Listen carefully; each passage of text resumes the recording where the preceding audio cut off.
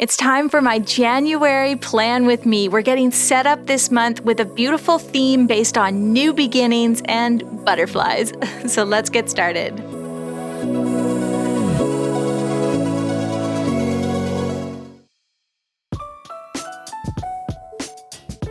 Welcome back, friends. My name is Shayda, and just so you know, I just released my 2021 setup. It's a big video, and I did get a couple questions about what the theme of my journal is for this year. Last year, we did the birth flowers. This year, I don't have a hard and fast theme, but I am kind of focusing on hope and magic, and if you watched the setup, it's a lot of florals, which I love, and also a little bit of like moons and stars and pretty things. So it's a very loose theme, we'll call it that this year, with lots of sparkly, magical elements. I did a video about this mind map and window page. Be sure to check that out. I'll link it. And then we're going to jump into the January setup. And my theme, I guess, of the cover page will be a moth.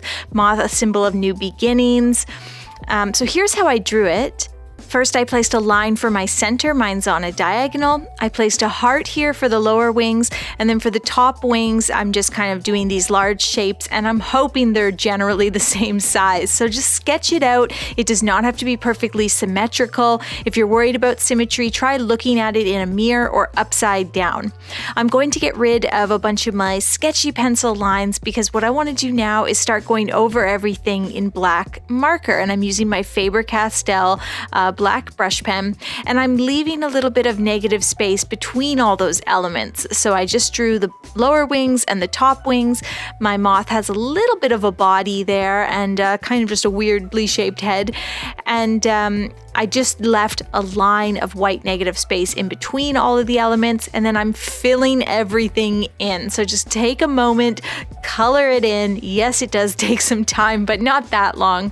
And then for those fine edges, you may want to actually use a fine liner, not a brush pen, and just get them as neat as you can. And then we are going to add our January title. Now I wanted mine on a bit of a curve, so I always put the curving line in first, and then when I do my cursive, I just try my best to follow that line. From there, we're going to use our white gel pen. You can fix up any black bits that might have gotten a bit muddled. And then we're going to start adding some detail to these wings. The head, I just put some spots, but here's how I'm going to do the wings to make them look intricate in a really easy way.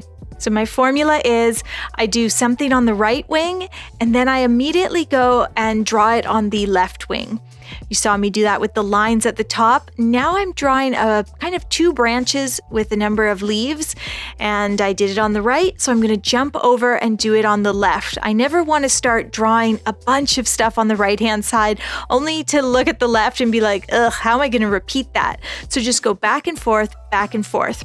I'm going to add a little bit of texture to the body by kind of dragging my gel pen really quickly, and the line is kind of broken, which I like. And then we're right back at the wing design. I'm adding 4 little berries on the right, so then I'm adding 4 little berries on the left. I'm going to add a sort of a stripe made up of tiny lines. I'll do it on the right, and you get it, I'll do it on the left. Just think small. You know, the wings don't have to be perfectly symmetrical in shape, and they don't have to be perfectly symmetrical in your design either. With intricate designs like this that are made up of a bunch of tiny, tiny illustrations, the whole tends to be nicer than the sum of its parts. So some of this is just dots and lines and some tiny little leaves, but it's going to look so beautiful as a finished illustration. I'd like to take a moment to thank Skillshare for sponsoring today's video. Skillshare is an online learning community for creatives where millions come together to take the next step in their creative journey. Whether you're a beginner or a dabbler or a master in something, these Skillshare classes can add real value to your life. You could take illustration, photography, fine art, watercolor, just about anything you can imagine. Skillshare is also more affordable than most learning platforms out there. An annual subscription is less than $10 a month. And right now, the first 1,000 of my subscribers to click the link in the description will get a free trial of premium membership so you can explore your creativity. Once our butterfly is done, we're going to take a larger fine liner like an 08, and I am going to do a nice thick or chunky lettering just for my January title. I just want a lettering that kind of stands up to this graphic design that we've created. So that is done, and now we're ready to cut out our Dutch door. Yes, I'm sticking with the Dutch door. Just grab a ruler, a cutting mat, and a little paper knife. And what I like to do is start by cutting along the straight edges. So any straight areas that I have, I can make sure those are lifted first. And then I just carefully cut around my drawing. It does not need to be perfect.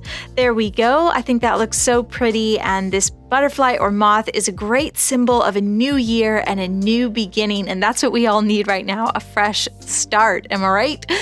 I'm just placing my calendar down there in the corner. I use a really small nib fine liner for that. And with the cover page done, just a reminder that patrons can print my cover page. All the bonus content is available for a couple bucks a month on Patreon, so check it out. And let's get started on the Underpage. I want to do kind of a month at a glance. And I'm starting with some florals. We got to get some florals in here. So I begin with my guide. First, the shape. It's a curving line. Then I do all these circles to show me where the flowers are going to sit and what size they are. Once those circles and leaves are in, I start putting actual floral illustrations in each circle. So I've got a large flower and some medium-sized ones. I have some lavender, some berries, and many leaves of many different sizes. We'll put month at a glance here just in a really simple print, and then I think I need to work that moon and stars in at least a little bit into my January setup, so I'm going to draw kind of a wonky crescent moon up there. I'll start going over everything in pen. I am using Maloto black liners for most of my illustration in this setup, and this is the O2 nib, so kind of my Goldilocks nib, not too small, not too large, and it's just perfect for doing these intricate floral illustrations. Let's color in that moon, add a few stars. Some of them are dots, some are kind of crosses to give the look of the night sky, and that's my little month at a glance. I'll also add just a hint of line shading. I just find that gives a nice amount of contrast to the floral illustration and really makes it pop. And then we're going to write goals down here. I'll list a few of my monthly goals. And I'd also like kind of a major to-do list. So some of the larger items that I hope to get done this month can sit on this page. That's it. My month at a glance and my calendar page looks good. Let's move along. We're going to do a large calendar for the month of January. If you're getting into planning, having a big calendar where you can write down all your dates, appointments, what have you, it's a really nice element to have in your journal. I did a 5x5 square for my calendar grid. We're going to write January over here in the margin. I am taking a fine liner, the Maloto black liner still, and we're going to go over all of those grid lines. Now, I don't like to use a ruler. It's finicky. You can get ink spots if you stop moving the pen. I just pull that pen towards my body to give me a fairly straight line. I'm using kind of a wonky cursive for my days of the week, and that's that. Now for this calendar layout, I'd like to add some color, finally color. So let's make a color palette so that we're not just sort of going in blind. Having a thoughtful palette will really elevate your illustrations, even if it just is in your Bujo. I'm doing kind of browns, beiges, pinks, a little bit of burgundy, and gray. And I like the way those colors look together. They're all from Tombow, except for I do have the sort of honey brown is a koi brush pen. Now, I want to continue my moth and butterfly theme on the calendar page. So this is fun. We're going to kind of sketch out these really messy illustrative moths and butterflies. You can kind of work out the outline in marker first, or certainly you can draw them in pencil if you're more comfortable with that. But a lot of times I was just almost scribbling mine, just making the shape of wings by dragging that brush marker across the page. And you'll notice when I add the fine liner, I'm going to add a little bit of black sketchy line to this. It's gonna look really kind of messy and free and almost childlike, and I love that. Your illustrations don't need to be perfect. In fact, illustrations should be a little weird and wrong. That's what makes them interesting. So I'm using all the colors in my chosen palette, my grays, browns, pinks, and beiges and purples, and I think that's looking pretty good. Got a bunch of messy little butterflies. I'll take some of the darker colors like the gray, purple, and brown, and we're going to just make these weird little bodies and give them some antennae. I've tried my best to make different butterfly shapes and sizes, and I've also got some that are kind of on an angle so that I get this really whimsical, free, organic look. I did feel I needed a couple more. I felt they were spaced too much and I wanted some of them to kind of overlap. I'm mostly focusing my illustrations on the left of the page where I left that large margin, but I'm also going to add just maybe one or two over on the right. And finally, we're going to take our fine liner. This is the 04 nib. And we're going to add some sketchy black lines and some detail. But you'll notice I'm sort of missing the marker by a little bit. I want it to look messy and sketchy and very imperfect. And this is when you can really add the detail to these little guys and make them come to life.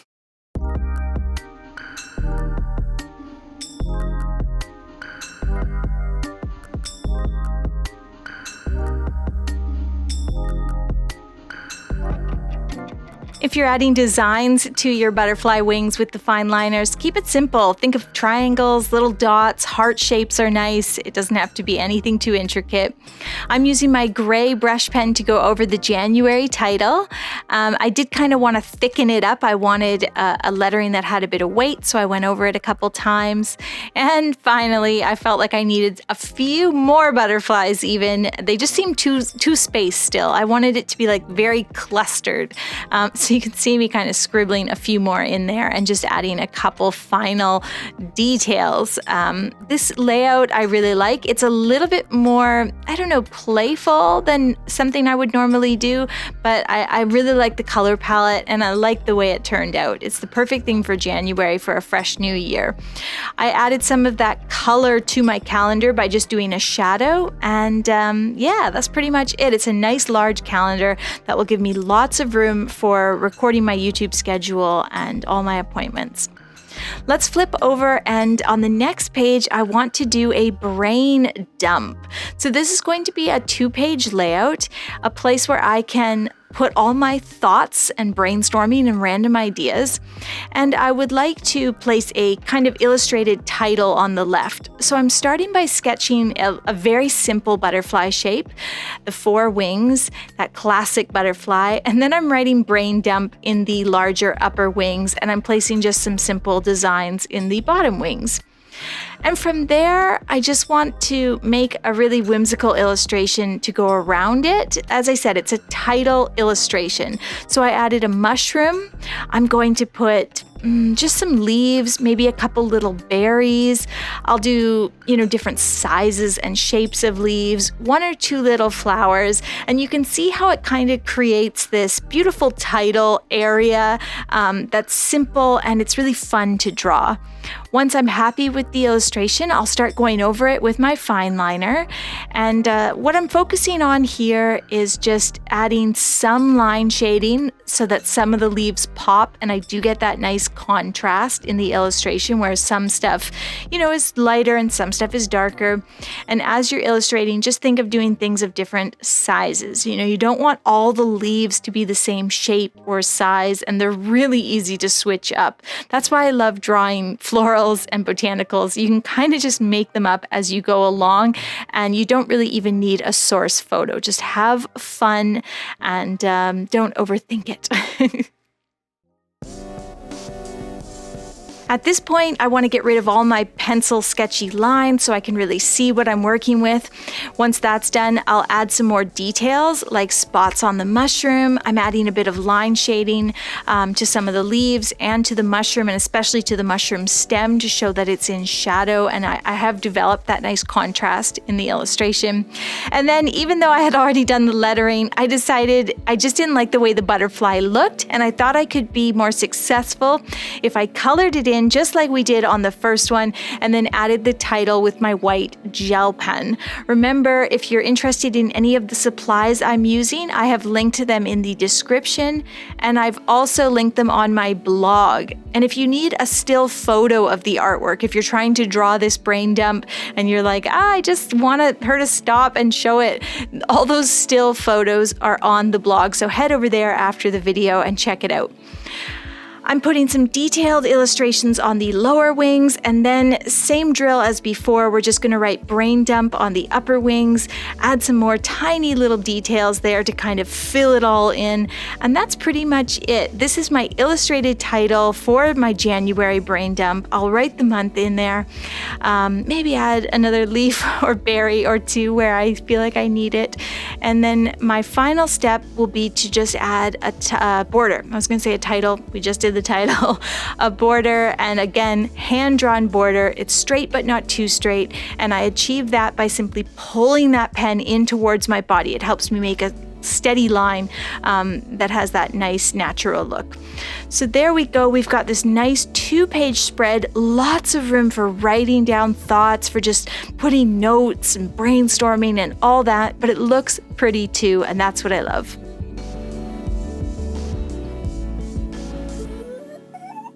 To complete my setup, I want to do a weekly layout on 2 pages. And what I'm going to do here is divide these really nice boxes for each day of the week, and then we'll make it pretty with some illustrations. So my rectangles or boxes here are 8 squares across with 1 dot grid square in between, and they are 20 squares long. So they're a nice rectangle. And then I decided I wanted them a little larger, and so now they're 22. We'll place a little calendar up top, go over that in pen, and you can see it's a very structured layout that gives me a really nice division of space, as well as lots of blank area to add illustrations, if that's your thing. So I'm going over everything in pen, again, just pulling that pen towards my body to keep it fairly straight. And I've left a little notes area in the bottom. And then you'll notice I didn't quite complete the rectangles on the right-hand side, right? Left, is it? Which is it? Because I'm going to place some illustrations there. I'm also taking that beige color from earlier in my setup, and I'm going to use that to do the days of the week. It's just a nice way to place the date in there. And then again, we'll take our fine liner and we're just going to write Monday through weekend in each box. And then once you've completed that, I think you can see you've got a nice setup, you're good to go, but you do have this empty space where you can add illustrations or stickers or a quote or ripped paper, whatever you like. I, of course, am going to do a little bit of floral illustration. I'm kind of illustrating some tiny little wax flowers, and I'm just doing everything in pencil first, and then I'll go over it in pen. And you can see I left that area blank. I didn't complete the rectangles because I knew I wanted the florals to kind of overlap a bit and give me this nice, a nice flow to the entire layout, I guess you could say. It won't look stiff, hopefully. But yes, just carefully going over everything with my fine liner. I am using the 04 nib. It gives a line with a nice weight to it, so these florals will kind of look substantial and finish the layout off really nicely. If you would like more info about illustrating different types of flowers, I have tons of videos. I'll link a playlist, or check out the 2021 setup, because we do a whole page of simple floral doodles, and it makes a great reference that you can refer back to time and again as you set up your bougeot through the year. I kind of repeated those wax flowers with some little berries on the other side of my layout here, and that's pretty much it. It's set up. I can't believe January is right around the corner, but I'm going to be ready for it. Let's take that clip off and just have a quick peek at what we did for our setup. So the butterfly or moth cover page, I think that black and white is just so striking, and it's a lot of fun to illustrate those wings. Then we have a little month at a glance and calendar page sitting below. We have a large butterfly theme and very colorful calendar here for the month of January. And then if we flip over, you've got a brain dump where you can actually write all of your thoughts and ideas, and our weekly layout, nice and structured with a bit of floral illustration. Remember, you can actually print my cover page as well as the brain dump title illustration. That's all available on Patreon. Head over there to check out the bonus content after this video. Thank you for watching, and thanks to Skillshare for sponsoring. Here's a class I thought you might be interested in. It's called Find Your Style, 5 Exercises to Unlock Your Creative Identity. The teacher is Andy J. Pizza, and it's all about, I think, what can be the most difficult part of the artistic learning process, and that's learning what your style really is. One thing I loved is that all the class projects looked really different, so people really were developing their own artistic voice, and that's a hard thing to teach, and the class is also really beautifully made. Remember, the first 1,000 of my subscribers to click the link in the description will get a free trial of premium membership so you can explore your creativity. Thanks for watching, and I'll see you soon with a new tutorial.